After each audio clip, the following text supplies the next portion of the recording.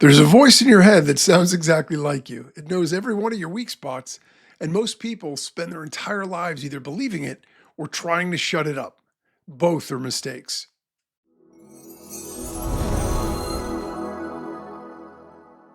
Today, we're going to look clearly at the inner critic, not with some toxic positivity and not with clinical detachment, just clearly and honestly.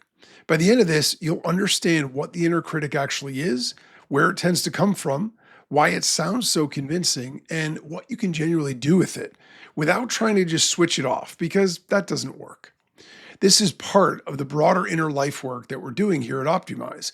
The idea that understanding yourself is not a soft detour from real self improvement, it is the actual foundation. So let's get into it. What the inner critic actually is. Here's a clean definition because most explanations skip this. The inner critic is an internalized pattern of self judgment. It's a voice or set of recurring thoughts that evaluates, criticizes, and often diminishes your sense of self. It's not a separate personality, and it's not your conscience. It typically develops early, absorbing the critical messages, the conditional approval, and the evaluative standards of the people and the environments around you. And it's been running more or less on autopilot ever since. That's what it is. But what it does is more interesting than just it says mean things. The inner critic shapes what you attempt. It shapes what you allow yourself to want. It shapes how you respond to failure and to success. For a lot of people, it's the single most powerful and least examined force in their inner life. So, what it isn't? Here's where most people often get confused and where getting it wrong costs the most. The inner critic is not the truth about you. It's a learned voice, not an accurate assessment. It is not your real self. It's a pattern of thinking, something that happened to you, and then became something you do to yourself. And it is not wisdom. This is the subtle one. The inner critic can occasionally stumble onto something real, the way a stopped clock is right twice a day. But its harshness is not what makes the insight useful. The insight would be equally valid or more valid, delivered with honesty and without cruelty. Where it comes from. The inner critic is not a random glitch. It has a developmental origin, and understanding that origin makes the whole thing considerably less personal. For most people, the inner critic is constructed from the absorbed standards, the criticisms, and the conditional messages of early life.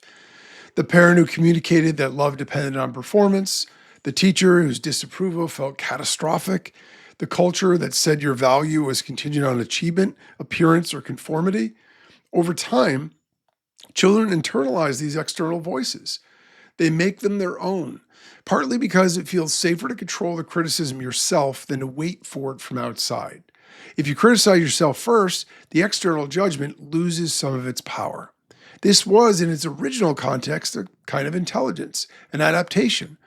The problem is, this protective mechanism doesn't update itself. It keeps running the same logic long after the original conditions are gone.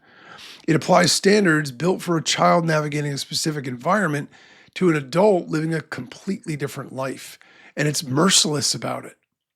Why it sounds so convincing? This is the part nobody talks about enough. The inner critic is not easy to dismiss because it's unusually good at being persuasive.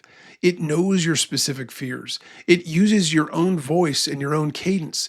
It references real events, real failures, real moments of embarrassment. It's not working from a generic script. It's working from your personal history. And it speaks with a certainty that feels like objectivity. When the inner critic says, "You're not ready for this," it doesn't say it with doubt. It says it like someone who simply knows. This is exactly why trying to argue with it usually fails. You're trying to debate a voice that has prepared for this argument for years and is using your own material against you. How it actually affects your life. The impact of an unchecked inner critic is rarely one dramatic collapse. It's quieter than that and more persuasive. Imagine someone who has a genuinely good idea at work.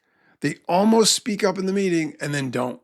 The inner critic, in a fraction of a second, surfaces every time they've said something that didn't land, every time someone looked unimpressed, every time they felt small. It doesn't announce itself, it just generates a feeling of risk that tips slightly over the threshold and they stay quiet. Multiply that by 1,000 moments a year, across a career, across a life. The inner critic shapes ambition, not by stopping you outright, but by silently narrowing what feels possible. It affects relationships by making vulnerability feel too dangerous. It affects your relationship with failure by turning every mistake into a referendum on your worth. And it affects the quality of your inner experience, the baseline emotional tone of your life. This is not a small thing. So if you can't argue with it and suppressing it doesn't work, what do you actually do? Three things that genuinely help, not as a neat system, but as practices that require some patience. Practice one is to notice it as a pattern, not as reality. The inner critic does not announce itself as an opinion, it presents itself as fact. The practice of noticing means catching it in the act, recognizing what was just happened was the inner critic, not the truth. Even something as simple as labeling it internally, that's the critic, creates a small but real gap between you and the thought. You're now an observer of the pattern, not someone being run by it. That gap is where everything else becomes possible. Practice two, get curious about what it's protecting against. This is the harder practice and the more important one. When the inner critic activates, there's almost always a fear underneath it, fear of failure, of rejection, of being exposed as inadequate, of losing control of how others see you. Instead of trying to silence the voice, ask, what is this protecting me from? What does the critic believe would happen if I ignored it and moved forward? You're not agreeing with it. You're trying to understand the logic underneath it. That understanding often reveals something important, not about your inadequacy, but about what you've been afraid of and whether that fear still makes sense. In practice three, separate the signal from the harshness. The inner critic can sometimes, in its blunt and brutal way, be pointing at something worth paying attention to. Maybe the work actually isn't ready. Maybe the relationship actually does need honesty.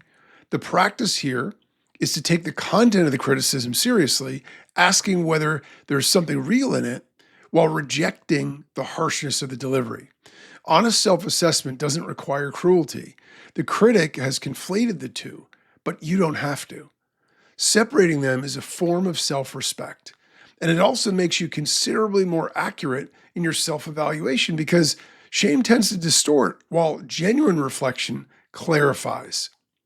The inner critic is often less an enemy to defeat than an outdated protection running an old code. It formed in conditions that no longer exist, around fears that may no longer be relevant, serving a version of you that needed different things. That doesn't make it harmless. It makes it understandable. And something you understand has much less power over you than something you simply react to. The goal here isn't to get rid of it. That's probably not possible, and it's not really the point. The goal is to stop mistaking it for wisdom. Because if you do, if you keep letting it define what's possible, what's safe, what you're worth, it'll quietly run your life. That's not the same as living it. Understanding the inner critic is one part of a larger picture. The full architecture of your inner life, your beliefs, your emotional patterns, your cognitive habits, your attention. That's the territory that actually determines how your life feels from the inside.